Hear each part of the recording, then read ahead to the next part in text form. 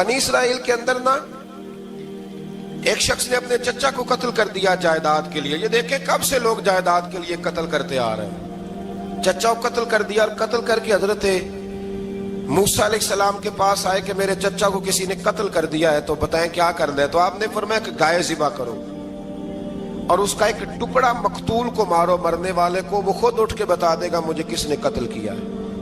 اب ارادہ نہیں تھا گائے ذبح کرنے کا تو بہانے کرنے لگے. ارادہ نہیں نہ ہوتا تو پھر کیا ہوتے ہیں, کہنے لگے گائے کس طرح کی ہو, بوڑھی ہو کہ بچی ہو, رنگ کیسا ہو, جوان ہو کہ چھوٹی ہو, حال میں ایک دفعہ چلنا سیکھ گئی ہو یا ابھی نہ سیکھی ہو. تو بتاتے گئے تو رب بھی شرطیں بیان کرتا گیا. گہرے زرد رنگ کی ہو, حال کے اندر اسے نہ چلایا گیا ہو, پانی نہ نکالا گیا ہو, نہ بچی ہو نہ جوان ہو, اس کے درمیان ہو. یہ ساری شرطیں کہاں پائی جاتی تھی؟ حضرت موسیٰ علیہ السلام کی قوم کا ایک شخص تھا جو اللہ کا ولی تھا. وہ جب انتقال کرنے لگا نا, اللہ اکبر, دیکھو رب ولیوں کی اولادوں پر بھی کتنا فضل فرماتا ہے. وہ جب انتقال کرنے لگا تو ایک اس کے پاس چھوٹی سی بچیا تھی, گائے کی بچی, اس نے جنگل میں چھوڑ دی. کہنے لگا یا اللہ میں تیرے نام پہ چھوڑتا ہوں, میرا بچہ جوان ہو جائے تو اسے دے دینا, اور تو سرمایہ ہی کوئی نہیں. بچہ بڑا ہوا تو بچہ بھی بڑا نیک تھا, اپنی ماں کا بڑا فرما بردار تھا. اس کی ماں نے کہا بیٹا تیرے باپ نے ایک گائے چھوڑی تھی. تو بچہ جنگل میں گیا اور جا کے کہنے لگا اے اللہ میری گائے مجھ سے ملا دے. تو رب کریم نے وہ گائے واپس کر دی. وہ گائے گھر لے آیا. اب وہ کہنے لگا اماں بیچ دوں. تو اماں کہنے لگی بیٹا میرے پوچھے بغیر نہ بیچنا. کئی دفعہ گاہک لگے پر اس نے کہا جب تک میری اماں نہ کہے گی میں بیچوں گا. ادھر بنی اسرائیل والے شرطیں جتنی گائے کے بارے میں پوچھ چکے تھے وہ ساری اسی گائے میں پائی جاتی تھی. تو یہ ڈھونڈتے ڈھونڈتے وہاں پہنچ گئے. تو کہنے لگے گائے چاہیے. تو اس نے کہا بھی تمہاری مرضی سے نہیں, قیمت میری مرضی کی. ایک مفسر نے تو یہاں تک لکھا ہے کہ اس نے کہا گائے ذبح کر کے نا تو جتنا گائے کے اندر گوشت ہوگا نا اتنا ہی کھال کے اندر تو مجھے مال بھر کے دو گے, اتنے سکے بھر کے دو گے, اتنی اشرفیاں بھر کے دو گے تو پھر تمہیں گائے دوں گا. تو پھر یہ گائے انہیں ملی اور یہ گائے لے کر کے آئے. زیادہ سوالات نہ کرتے تو زیادہ الجھتے نہ. ہم بھی دین کے معاملے میں بڑے سوال جواب کرتے ہیں, اتنا سوال کریں جتنی اس کی ضرورت ہے. ان لوگوں نے سوالات زیادہ کیے تو پھر الجھ زیادہ گئے. تو میرے بھائی اس کا ذکر بھی اللہ تبارک و تعالیٰ نے پہلے پارے کے اندر بیان فرمایا. پھر اللہ کریم نے فرمایا کہ کچھ ایسے لوگ بھی ہیں یہودیوں میں سے جن کا دعویٰ ہو گیا ہے کہ ہم اللہ کے بڑے پیارے ہیں. فرمایا یہ صرف ان کے منہ کی باتیں ہیں, یہ تو قیامت میں پتہ چلے گا نا کہ اللہ کا پیار کس کے ساتھ زیادہ ہے. اور پھر یہ بھی یہودیوں نے دعویٰ کیا ہے, اسی پارے میں اللہ فرماتے ہیں کہ ان کا دعویٰ ہے کہ ہم اللہ کے بڑے پیارے ہیں, جنت میں ہم ہی جائیں گے. تو اللہ فرماتا ہے پھر مرنے کی دعا تو کرو, جنت میں تو مر کے جانا ہے نا. لیکن رب فرماتے ہیں یہ کبھی مرنے کی دعا نہیں کریں گے, اس لیے کہ انہیں پتہ ہے کہ ہم نے آخرت کے لیے کیا بھیجا. لے جی پہلا حکم آ گیا یا ایھا الذین آمنوا کہہ کے پہلی آیت قرآن پاک کی پہلے سپارے میں پہلی آیت جس میں اللہ نے کہا یا ایھا الذین آمنوا. تو پہلا حکم آمنوا کہہ کے آیت نمبر 104 میں جو اللہ نے حکم دیا ہے نا وہ نبی پاک کی تعظیم کا حکم ہے. پہلا حکم ہی اللہ نے حضور کی عزت اور ناموس کا ارشاد فرمایا. پہلا اس ترتیب کے لحاظ سے وہ ہوا یہ کہ جب نبی پاک کو بات ارشاد کرتے تو صحابہ کرام اٹھ کے عرض کرتے رائینا یا رسول اللہ, حضور سمجھ نہیں آئی ذرا رعایت کر دے. تو یہودیوں کی عبرانی زبان کے اندر نہ ذرا کھینچ کے پڑھتے تھے رائینا, تو اس کا معنی بنتا تھا معاذ اللہ اے ہمارے چرواہے. بکریاں چرانے والے کو بھی وہ رائینا کہتے تھے.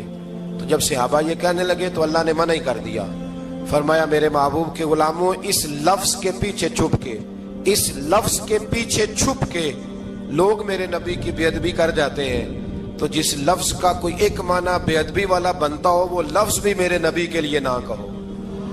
لفظ وہ والے کہو جس میں کوئی بے ادبی کا معنی نکلے نہ. یہاں لوگوں نے بڑے بڑے لفظ نہیں بول دیے پھر کہتے میرا مطلب یہ تھا, میرا مطلب وہ تھا. تو تو نے وہ لفظ بولا کیوں جس کا کوئی غلط مطلب بھی نکل سکتا تھا؟ اللہ نے فرمایا یا ایھا الذین آمنوا لا تقولوا رائینا, اے ایمان والو رائینا کہو ہی نہ. تو یا اللہ کیا کہیں؟ فرمایا وقولوا انظرنا, تم کہو یا رسول اللہ ایک نظر فرمائیے. انداز دیکھیے, انظرنا, ایک نظر. تو ہمارے بزرگ تو پہلے ہی بڑے پیار والوں نے کہہ دیا یا رسول اللہ انظر حالنا. کہتے کہاں سے لاتے ہو جملے؟ میں نے کہا اللہ کی کتاب سے. یا رسول اللہ انظر حالنا یا حبیب اللہ اسمع قالا. تو تم کہو انظرنا, محبوب نظر کرم کرے, واسمعوا, اور کیا ضرورت ہے دوبارہ پوچھنے کی؟ اللہ کہتا ہے پہلے ہی دھیان سے سنا کرو, پہلے ہی واسمعوا, پہلے ہی احتیاط سے سنو. وللکافرین عذاب علیم, اور کافروں کے لیے دردناک عذاب ہے. لے جی اسی پارے میں اللہ تبارک و تعالیٰ نے پھر اہل یہود کا ذکر کیا. تو یہود کہنے لگے کہ ہم حضرت ابراہیم کے ماننے والے ہیں. تو اللہ کریم نے وہ بھی ذکر کیا کہ میں نے تو ابراہیم کو آزمایا ہے. وَإِذِ ابْتَلَىٰ إِبْرَاهِيمَ رَبُّهُ بِكَلِمَاتٍ فَأَتَمَّهُنَّ, ہم نے ابراہیم کو کچھ چیزوں سے آزمایا ہے, وہ ہماری آزمائش پہ پورے اترے. قَالَ إِنِّي جَاعِلُكَ لِلنَّاسِ إِمَامًا, تو پھر ہم نے انہیں کہا کہ ہم آپ کو پوری دنیا کا امام بنائیں گے. وہ آزمائش کیا تھی؟ آگ میں جانا بھی آزمائش, بیٹے کا نہ ہونا بھی آزمائش, بیٹا ہوا تو پھر اسے وادی غیر ذی زرع ان میں چھوڑ کے آنا بھی آزمائش, بڑا ہوا تو پھر ذبح کرنا بھی آزمائش. فرمایا جہاں جہاں آزمایا ہے نا, ابراہیم ہماری آزمائش میں پورے اترے. فرمایا تو مفت میں حضرت ابراہیم کی اولاد بنتے ہو اور ان کا نام لیتے اور ان کے ساتھ اپنا تعلق بناتے ہو, دیکھو تو صحیح وہ کتنی آزمائشوں سے گزرے. تو اس کا بھی اللہ نے اسی میں ذکر فرمایا. اور پھر وہ بات کرتے تھے حضرت یعقوب کی اور حضرت اسحاق کی, تو فرمایا وہ تو ہمارے اتنے خاص بندے تھے کہ وصال کا وقت بھی انہوں نے اپنی اولادوں کو نصیحت فرمائی تھی کہ اللہ کی توحید پہ قائم رہنا. اس کا ذکر بھی اللہ نے اسی پارے میں بیان فرمایا. اور جو حضرت ابراہیم اور جناب اسماعیل نے کعبہ تعمیر کیا تو اس کا ذکر بھی اللہ تعالیٰ نے اسی بارے میں فرمایا. فرمایا جب وہ کعبہ بنا رہے تھے تو کہہ رہے تھے ربنا تقبل منا, کہہ رہے تھے اے اللہ بنا ہم نے دیا ہے پر مہربانی فرما ہم سے قبول فرما لے. تو جو آیہ کریمہ آخر میں عرض کرنا چاہتا ہوں اس پر بھی تھوڑی توجہ فرمائیں گے تو بات بڑی نکھر کے باہر آئے گی. یہ 16ویں رکوع کے اندر اللہ نے پھر یہود کا اور عیسائیت کا ذکر فرمایا. تو اللہ کریم نے ایک بات ارشاد فرمائی, یہودیوں کے ہاں جب کوئی بچہ پیدا ہوتا تھا پیلے رنگ کے ساتھ اس کو رنگتے تھے, یا کوئی خاص رنگ تھا ان کا, بچہ پیدا ہوتا تو اس پر وہ رنگ چڑھاتے کہ یہ جی ہمارے مذہب کا رنگ ہے. ہمارے ہاں بھی رسمیں ہیں نا اپنی اپنی, معاذ اللہ اپنی اپنی نہیں ہونی چاہیے, اللہ رسول کا حکم ہونا چاہیے. تو یہودیوں کے ہاں بچہ پیدا ہوتا تو ایک خاص رنگ چڑھاتے, عیسائیوں کے ہاں پیدا ہوتا تو وہ بھی ایک خاص رنگ چڑھاتے. تو مسلمانوں کے ہاں بچے پیدا ہوئے تو انہوں نے بھی توجہ کی کہ یہ کیا ہو رہا ہے. تو رب کریم نے فرمایا صبغۃ اللہ, رنگ اللہ کا ہی ہے. ومن احسن من اللہ صبغہ, اور فرمایا اللہ کے رنگ سے زیادہ خوبصورت کس کا رنگ ہو سکتا ہے. اللہ کا رنگ کیا ہے؟ لا الہ الا اللہ محمد الرسول اللہ صلی اللہ علیہ. فرمایا نیلے پیلے کالے رنگ نہ چڑھاؤ, اپنے ذہن پر توحید و رسالت کا رنگ چڑھاؤ. یہ سب سے بہترین رنگ ہے.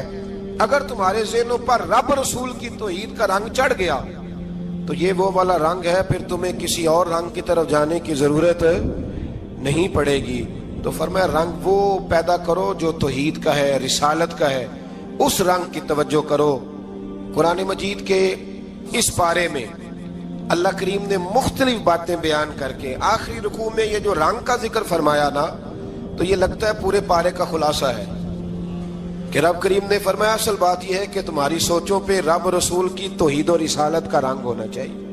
وہ ایک دفعہ مسلمہ کذاب بے ایمان کہنے لگا میں نے بنا لیا قرآن پاک کا جواب. معاذ اللہ, جواب کیا بنایا؟ وہ سورت ہے نا القاریہ تو ملکاریہ, وما ادراک ملکاریہ, کھڑکھڑانے والی. کیا ہے کھڑکھڑانے والی؟ تمہیں کیا پتا کیا ہے کھڑکھڑی؟ قیامت کا ذکر ہے. کہنے لگا میں نے اس جیسی صورت بنا لیا. تو کیا بنایا؟ الفیل ملفیل, وما ادراک ملفیل. کہنے لگا ہاتھی, تمہیں کیا پتا کیا ہاتھی, تم کیا جانو کیا ہاتھی. تو پاس جو اس کے اپنے بیٹھے تھے نا چیلے, وہ کہنے لگے چپ کر جا, سارے زمانے کو پتا ہے ہاتھی کیا ہوتا ہے. تو پاگل ہے, اس کے 2 کان ہوتے ہیں, ایک سونڈ ہوتی ہے, 4 اس کے پیر ہوتے ہیں. بیوقوف آدمی, قرآن کا مقابلہ کرنا ہے تو کچھ چج کے ساتھ کر, پاگلوں کی طرح مقابلہ کرے گا, جوتے کھائے گا بھی ہمیں بھی پڑھوائے گا. تو قرآن مجید کا کوئی مقابلہ کر سکا؟ تو اس آیت مبارکہ میں اللہ نے کافروں کو یہ کہا اگر مقابلہ نہیں کر سکتے تو پھر اللہ سے ڈرو، ورنہ دوزخ میں ڈالے جاؤ گے، وہ جس کا ایندھن آدمی اور پتھر ہے، اور بنائی بھی کافروں کے لیے گئی ہے۔ اعدت للکافرین، جہنم کس کے لیے بنائی گئی ہے؟ کافروں اور منافقوں کے لیے۔ مسلمانوں کے لیے بنائی گئی، مسلمان مرضی سے چھلانگے لگائیں تو ان کی موج ہے، ورنہ ان کے لیے جہنم، ان کے لیے اللہ نے جنت بنائی ہے۔ اور یہ بات کرتے ہی رب کریم نے فرمایا اے محبوب علیہ الصلوۃ والسلام مومنوں کو خوشخبری دے دیں کہ اللہ نے ان کے لیے جنت بنائی ہے، اس میں باغات ہیں، انہیں رزق دیا جائے گا کھانے کے لیے، اور اس میں انہیں پاکیزہ بیویاں دی جائیں گی، اور پھر وہ اس میں ہمیشہ رہیں گے، انہیں اس سے نکالا نہیں جائے گا۔ آگے جو آیات کریمہ ہے نا اس کے اندر اللہ تبارک و تعالیٰ نے فرمایا ہے کہ اللہ حیا نہیں کرتا سمجھانے کے لیے مچھر کی مثال بھی دینی پڑے۔ فرمایا قرآن سے کچھ لوگ ہدایت حاصل کرتے ہیں اور کچھ گمراہ ہو جاتے ہیں۔ جب لوگ اپنی مرضی کی تشریحات چاہتے ہیں تو گمراہ ہوتے ہیں، اور جب قرآن کو رسول اللہ صلی اللہ علیہ وسلم اور امت مسلمہ کی تشریحات کی روشنی میں سمجھتے ہیں تو پھر اللہ ہدایت عطا فرماتا ہے۔ پھر اللہ تبارک و تعالیٰ نے آگے ارشاد فرمایا حضرت آدم کی پیدائش کا واقعہ۔ کچھ مفسرین نے لکھا ہے اللہ نے مشورہ کیا تھا فرشتوں سے، وَإِذْ قَالَ رَبُّكَ لِلْمَلَائِكَةِ إِنِّي جَاعِلٌ فِي الْأَرْضِ خَلِيفَةً، لیکن کچھ مفسرین کہتے ہیں کہ اللہ کو ضرورت نہیں فرشتوں سے مشورہ کرنے کی، اللہ نے فرشتوں سے مشورہ نہیں کیا بلکہ رب نے انہیں آگاہ فرمایا تھا کہ میں لگا ہوں زمین پہ اپنا نائب بنانے، میں خلافت دینے لگا ہوں زمین پہ۔ اب یہ تو دینے والی کی مرضی ہے نا اس نے کس کو دینی ہے، یہ تو دینے والے کی مرضی ہے نا اس نے۔ تو کچھ لوگ کہتے ہیں کہ دینے والے سے زیادہ ہمیں پتہ ہے، تو فرشتوں کو بھی یہ اجتہادی خطا ہو گئی، کہنے لگے یا اللہ اسے نہ بنانا، یہ فساد کرے گا، یہ خون ریزیاں کرے گا۔ تو اللہ نے فرمایا جو میں جانتا ہوں وہ تم، اللہ اکبر۔ امام راضی فرماتے ہیں جب رمضان آتا ہے تو اللہ فرشتوں سے کہتا ہے ذرا یہ کھول کے دروازے دیکھو نا یہ زمین پہ کیا کر رہے ہیں، تم تو کہتے تھے فساد کریں گے اور یہ سارے تراویحاں پڑھ رہے ہیں، تم تو گویا کہتے تھے فساد کریں گے اور یہ تو دیکھو گویا رمضان کے روزے رکھ رہے ہیں، یہ تو میری یاد میں نکلے ہوئے ہیں، تم کچھ کہتے تھے اور دیکھو میں نے تمہیں کہا تھا نا جو میں جانتا ہوں وہ تم۔ اللہ نے پھر حضرت آدم علیہ السلام کو تمام زمانے کے علوم عطا کیے، علم سکھا لیا۔ تو فرشتوں سے کہا تم بھی ان چیزوں کے نام بتاؤ، تو وہ بتا سکے نہیں۔ اللہ نے فرمایا اب اس طرح کرو آدم کو سجدہ کرو، سب نے سجدہ کیا سوائے، وہ کہنے لگا یا اللہ صرف تجھے ہی کرنا ہے، کرنا بھی صرف اللہ کو چاہیے، پر رب کے آگے بھی جھکنا چاہیے، اور جس کے سامنے رب جھکائے نا وہاں بھی۔ اور یہ جو عاجزی ہے نا، یہ جو جھکنا ہے یہ علم کے آگے ہے۔ ہماری مصیبت یہ ہے کہ ہم علم کے آگے بھی گردن جھکانے کو تیار نہیں ہوتے، وہاں بھی ہم خود عالم فاضل بن جاتے ہیں۔ تو فرمایا کہ سب سے کہا سجدہ کرو، سب نے سجدہ کیا سوائے ابلیس کے۔ تو پھر ہوا کیا وَكَانَ مِنَ الْكَافِرِينَ، وہ کافروں میں سے ہو گیا۔ پھر اللہ نے حضرت آدم کو اور جناب حوا کو نا مقام دے دیا جنت میں رہنے کے لیے، اور کہا سارا کچھ کھانا، درخت کے قریب نہ جانا۔ ابھی آپ کسی سے کہہ دیں تھوڑا سا کہ پیچھے نہ دیکھنا، یعنی اگر میری سمجھ لیں ادب کی وجہ سے کوئی 1.5-2 منٹ یا 6 منٹ نہیں بھی نہ دیکھے گا تو سوچے گا ضرور کہ پتہ نہیں اب پیچھے کیا ہے، مصیبت کیا ہے۔ یعنی آپ کہہ کے دیکھ لیں کسی کو، پیچھے نہ دیکھنا فطرت ہے نا انسان کی، وہ جستجو کرتا ہے، کہا اس درخت کے پاس نہ جانا۔ تو حضرت حوا سلام اللہ علیہ کہتے ہیں دل میں خیال رہتا تھا کہ آخر ہے کیا درخت کے پاس۔ یہی انسان کا عقیدہ توحید ہے کہ جہاں سے رب منع کر دے وہاں وہ منع ہو جائے، اور یہ ان کی خطا نہیں تھی، یہ اللہ کی حکمت تھی، چونکہ رب نے تو پہلے کہہ دیا تھا بنایا ہی زمین کے لیے، تو یہ تو سارا کچھ ہونا تھا تو زمین پہ آنا تھا نا۔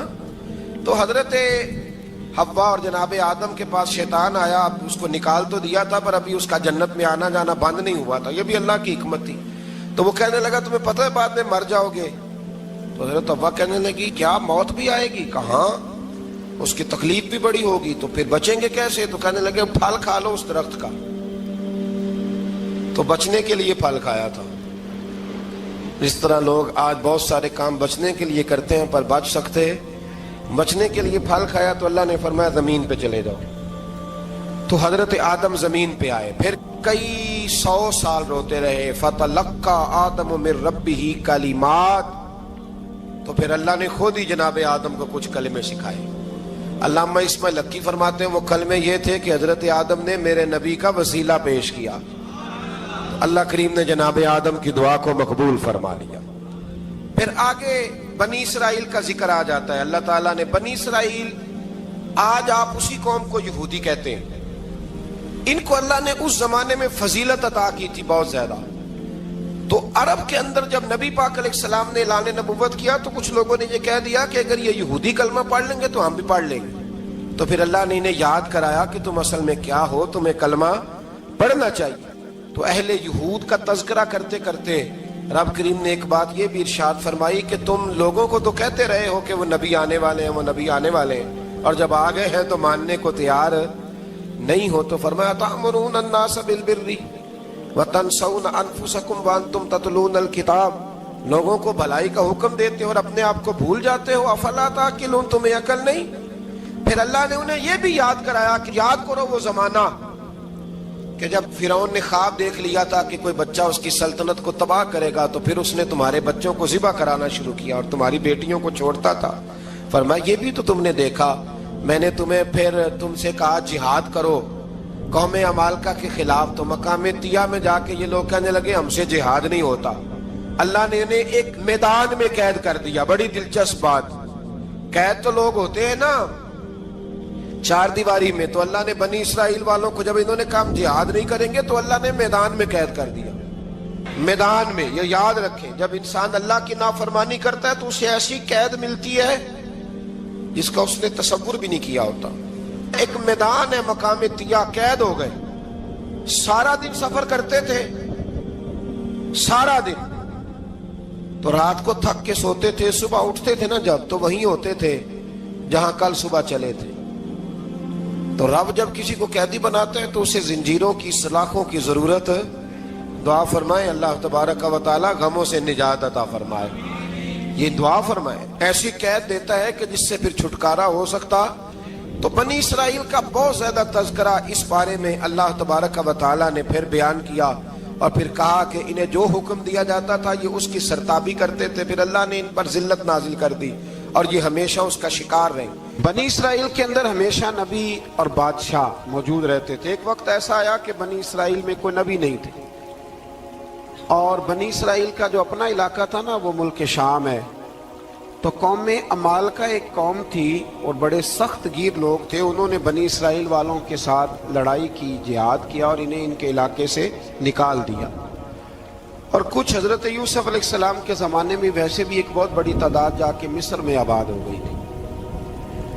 اب یہ ہوا کہ ان کے پاس کوئی بادشاہ نہیں ہے، یہ بار بار دعا کرتے ہیں، التجا کرتے ہیں، تو اللہ تعالیٰ نے ایک پیغمبر انہیں عطا کیے جن کے مختلف نام کتابوں میں ہیں۔ صدر الافاضل رحمۃ اللہ علیہ نے تفسیر خزائن العرفان کے اندر ان کا نام حضرت شمویل علیہ السلام لکھا ہے۔ حضرت شمویل علیہ السلام کو اللہ تعالیٰ نے نبوت عطا فرمائی، اور جب حضرت شمویل علیہ السلام اللہ کے نبی ہوئے، بنی اسرائیل والوں کو یقین آیا کہ اللہ نے الحمدللہ ہمیں ایک نبی کے جھنڈے تلے جمع کر دیا ہے، تو پھر انہوں نے کہا کہ آپ ہمارے سامنے ایک بادشاہ بھی مقرر کریں تاکہ ہم اس کی سرپرستی میں جہاد کریں۔ جب انہوں نے یہ بات کی تو اللہ تبارک و تعالی نے حضرت شمویل علیہ السلام کے ذمے لگایا۔ تو ایک اس زمانے میں اللہ کے نیک بندے تھے جناب طالوت علیہ السلام ان کا نام تھا، تو حضرت شمویل علیہ السلام نے انہیں کہا کہ اللہ کریم نے نا تمہارا بادشاہ طالوت کو بنایا ہے، ان کا نام بھی قرآن مجید نے ذکر فرمایا ہے۔ تو بنی اسرائیل کے لوگ کہنے لگے یہ تو غریب آدمی ہے، وہ بکریاں چرایا کرتے تھے، لیکن علم میں بڑے پختہ تھے، وجود میں بڑے طاقتور تھے۔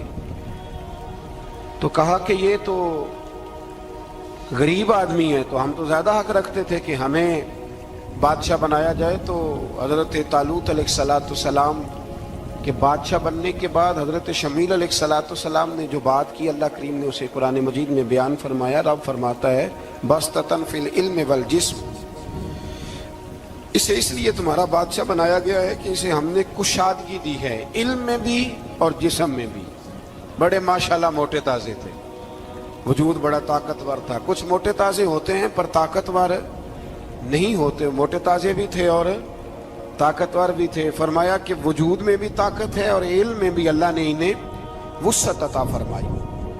تو بنی اسرائیل والے کہنے لگے جی نہیں جی کوئی بندہ اور آ جائے، یہ ہمارا بہت بڑا مسئلہ ہے نا جی، ہر ایک کی مرضی کی نہ تو بات ہو سکتی ہے اور نہ ہر بندہ ہر ایک کی مرضی پر پورا۔ کہنے لگے نہیں جی کوئی اور ہونا چاہیے تھا، ہمیں کیسے پتا چلے گا کہ اللہ نے مقرر کیا ہے؟ بڑی خاص بات ہے، اس کو سمجھیے گا، یہ سارا مضمون آپ کو ملے گا اسی پارے کے آخر میں، آپ پڑھیں گے نا جی تو یہ سارا مضمون آپ کو ملے گا، اور آپ اگر سرسری نظر سے بھی اس کا مطالعہ کریں گے نا، جا کے قرآن شریف کھول کے 15ویں سے 16ویں رکوع میں آپ خوش ہوں گے کہ آپ کتنے اچھے نظریے اور عقیدے کے ماننے والے ہیں۔ تو جب کہا نا کہ طالوت کو ہمارا بادشاہ بنایا گیا تو دلیل کیا ہے، تو قرآن کہتا ہے کہ حضرت شمویل علیہ السلام نے فرمایا کہ تمہارا ایک تابوت تھا، ایک صندوق تھا تمہارے پاس، وہ صندوق تمہارا قوم عمالقہ اٹھا کے لے گئی تھی، ان کے بادشاہ ہونے کی دلیل یہ ہے کہ اللہ تمہارا وہ صندوق تمہیں واپس کر دے گا، وہ تمہارا صندوق تمہیں واپس کر دے گا۔ اس صندوق میں کیا ہے؟ وہ حضرت آدم جنت سے ساتھ لے کے آئے تھے، اس میں تھا کیا؟ تو قرآن مجید کہتا ہے کہ اس کے اندر نا حضرت ہارون علیہ السلام اور حضرت موسیٰ علیہ السلام کے تبرکات تھے، تبرکات۔ کل میں ایک مولوی دیکھ رہا تھا بیچارہ، ایک بندہ نا مسجد نبی کے ساتھ غلاف اور شاید کوئی کفن تھا، وہ مسجد نبی کی دیواروں سے مس کر رہا تھا، تو وہ کہہ رہا تھا نہیں اس سے کیا ہوتا ہے، تبرک کوئی چیز نہیں، اچھے اعمال کی وجہ سے بندہ بخشا جائے گا۔ میں نے کہا تو مجھے ملے تو میں تجھے بخاری کھول کے دکھاؤں کہ حضرت عبد الرحمن ابن عوف جنہیں حضور نے قطعی جنتی کہا، حضور کے وجود پر کرتا دیکھ کے کہنے لگے حضور بڑا ہی سونا لگ رہا ہے، تو فرمایا تجھے چاہیے حضور مل جائے تو کیا ہی بات ہے۔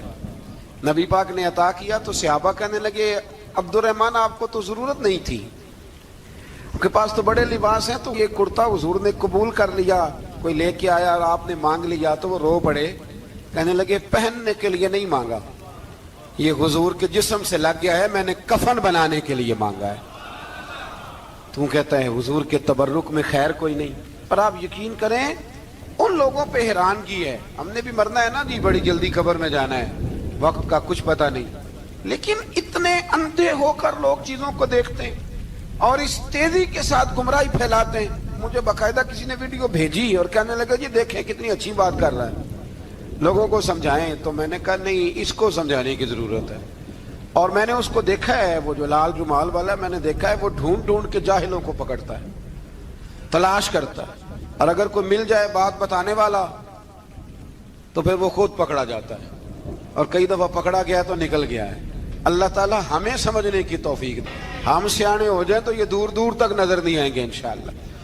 تو وہ تابوت آئے گا، بنی اسرائیل والوں سے کہا تابوت میں کیا تھا سن لو، اور یہ قرآن مجید ہے۔ آج میری ماننا یہ 15ویں سے 16واں رکوع ضرور ہی پڑھنا کہ وہ آخر تابوت میں کیا تھا، کھولنا ذرا۔ قرآن مجید کہتا ہے کہ حضرت موسیٰ علیہ السلام اور حضرت ہارون کے تبرک تھے، تو تبرک کیا تھے؟ تمام مفسرین نے لکھا ہے کہ حضرت موسیٰ کا ایک کرتا تھا، ایک ڈنڈا تھا، جوتے تھے، اور جناب ہارون علیہ السلام کا امامہ شریف تھا، اور تورات کی کچھ تختیاں تھیں۔ تو اس کا فائدہ کیا تھا؟ اس تابوت کا فائدہ یہ تھا کہ بنی اسرائیل والے جب اپنے دشمنوں سے لڑتے تھے تابوت سامنے رکھ کے دعا مانگتے تھے، اللہ انہیں کامیابی عطا کر دیتا تھا۔ تو قوم عمالقہ کو بھی پتہ چل گیا کہ صندوق میں کچھ ہے جس کی وجہ سے یہ کامیاب ہو جاتے، وہ صندوق اٹھا کے لے گئے۔ اب ان کی کم بختی یہ، کم نصیبی یہ کہ انہوں نے جا کے اسے روڑی پہ پھینک دیا۔ جب روڑی پہ پھینکا تو ان کے اندر بیماریاں آ گئیں، وبائیں پھوٹ پڑی، مرنے لگے، وجود پھولنے لگا۔ پھر ان کے دلوں میں بات آئی کہ یہ ہم نے اس صندوق کی بے ادبی کی ہے۔ صندوق میں کیا ہے؟ تبرکات۔ ہمیں کہتے ہیں جی نالین کا نقشہ کیوں لگایا ہے؟ تمہارے تو بزرگوں کا عقیدہ ہے سر پہ رکھنے کو مل جائے اگر نقش نالے پاک حضور تو پھر کہیں گے کہ ہاں تاجدار ہم بھی ہیں۔ تو کہا کہ اس کے اندر یہ تبرکات تھے، انہیں بھی سمجھ میں آئی، تو انہوں نے نا بیل گاڑی منگائی اور وہ صندوق اٹھا کے اس کے اوپر رکھ دیا۔ اب کیا ہوا، قرآن کہتا ہے کہ فرشتوں نے نا اس صندوق کو وہاں سے اٹھایا۔ مفسرین نے لکھا اس کا معنی یہ بھی ہو سکتا ہے کہ اس بیل گاڑی کو ڈائریکشن پہ لگایا، ادھر سے حضرت شمویل علیہ السلام نے جناب طالوت کو بادشاہ بنا دیا اور ادھر سے وہ صندوق چل پڑا۔ کہا بھئی ہم ان کو کیسے بادشاہ مانے؟ تو فرمایا بادشاہ اس طرح مانو گے کہ تمہارا وہ صندوق آ جائے گا، اور قرآن کہتے ہیں اس صندوق میں تمہارے دلوں کا سکون ہے، اس میں تمہارے دلوں کا۔ اور بھائی ہماری تو کوشش ہوتی ہے بزرگوں سے کوئی چیز مل جائے، اللہ والوں کا کوئی تبرک ہمارے ہاتھ آ جائے۔ تو وہ صندوق آ گیا، یہ مان گئے۔ اب جہاد کرنے نکلے تو لڑنا تھا جالوت کی قوم کے ساتھ، وہ بڑا سخت آدمی تھا، 3 من سونا اس نے وجود پہ پہنا ہوتا تھا، اس کی قوم سے لڑنا ہے، ٹوپی بڑی تگڑی پہنی ہوتی تھی لوہے کی۔ اب کون لڑے؟ ایک نوجوان تھے جن کا نام تھا داؤد علیہ السلام، وہ بھی بکریاں چرایا کرتے تھے، اور جن دنوں حضرت طالوت نکلے نا اپنی قوم کو لے کر جالوت کے خلاف لڑنے، تو حضرت داؤد بھی شامل ہو گئے۔ اللہ جب کسی کو نوازتا ہے نا تو پھر خاص ہی کرم نوازی کرتا ہے۔ مفسرین نے لکھا جب یہ جا رہے تھے نا، وہاں جا رہے تھے تو رستے میں انہیں 3 پتھر مل گئے، انہوں نے وہ تینوں پتھر اٹھا لیے۔ اس زمانے میں پتھر پھینکنے کے لیے چھوٹی چھوٹی لوگوں کے پاس چیزیں ہوا کرتی تھی، اس کو کوپھن بھی لوگ کہتے تھے، منجنیق، اس کو سامنے رکھ کے پھر بنائی گئی۔ تو آپ کے پاس بھی وہ آلہ تھا جس سے دشمن پر پتھر مارے جاتے تھے، تو آپ وہ مشین لے کر، وہ آلہ لے کر وہاں پہنچے ہوئے تھے، 3 پتھر آپ کے پاس تھے۔ آپ فرماتے اس دن میں بڑا بیمار تھا، اتنا بیمار تھا کہ میرا رنگ پیلا ہو گیا۔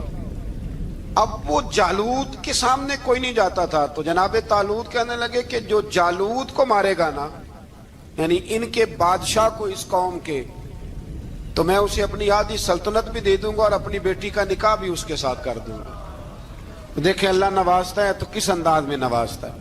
تو حضرت داؤد کہتے ہیں وہ دور کھڑا تھا تو میں نے نا 3 پتھر مارے۔ بھئی ہمت کرنا تو ہمارے ذمہ ہے کہ نہیں؟ میری ملت کا جوان کہتا میں نے کرنا کرانا کچھ نہیں، یعنی اگر آپ کہیں نا کچھ کرو تو پھر وہ کوئی کام کرنے کی مطلب معاملہ۔ وہ مجھے کل ایک سنگی کہہ رہے تھے، کہنے لگے جی اللہ کے فضل سے کچھ بھی نہیں کرنا پڑا، مرشد نے نظر کر دی۔ میں کہا میں ملن گی تو میں انہوں نے سمجھاواں گا کہ کچھ کرا کے نظر کریا کرو، کیونکہ میرے وہ دوست ہیں، میں انہیں جانتا ہوں۔ نظر میں بڑا کچھ ہوتا ہے، لیکن اللہ بھی تو بندے پہ بڑی نظر رحمت کرتا ہے نا۔ لیکن کہتا ہے 5 نمازیں پڑھ، رمضان کے روزے رکھ، زکوٰۃ فرض ہو تو ادا کر، یہ سارے کام کر، سچ بول، دیانتداری کر، پھر میں اپنے فضل سے تجھے جنت عطا کروں۔ تو یہ جو رویہ ہم نے بنایا یہ درست نہیں۔ تو فرماتے ہیں 3 پتھر میں نے مارے، اللہ نے اتنا فضل کیا کہ وہ بھی مر گیا، اور اس سے چھو کے میرے پتھر آگے بڑھے تو اس کی فوج کے 30 آدمی بھی مر گئے۔ 3 پتھروں سے 31 بندے اللہ نے مار دیے۔ فرماتے اس لیے کہ ہاتھ میرے تھے اور طاقتیں میرے رب کریم کی تھی۔ تو حضرت داؤد علیہ السلام کے حصے میں جناب طالوت کی صاحبزادی بھی آئی، آدھی سلطنت بھی آئی۔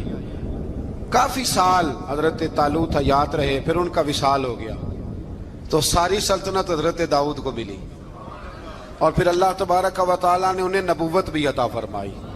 یہ دنیا میں واحد پیغمبر ہیں جو بیک وقت نبی بھی تھے اور بادشاہ بھی تھے، اور پھر اللہ نے فضل فرمایا، انہوں نے بڑی بڑی فتوحات کی۔ اور پھر حضرت داؤد کے صاحبزادے کا نام حضرت سلیمان علیہ السلام، پھر ان کے صاحبزادے کا نام حضرت۔ تو یہ ہوا کیسے؟ یہ سارا کچھ اللہ تبارک و تعالیٰ کے فضل سے ہوا، اس کے کرم سے ہوا۔ اب اس واقعہ سے ہمیں کیا پتہ چلتا ہے؟ ہمیں یہ پتہ چلتا ہے کہ رب جب فضل فرمائے نہ کسی پہ بھی، تو ہمیں اس بندے کو دیکھ کے راضی ہونا چاہیے۔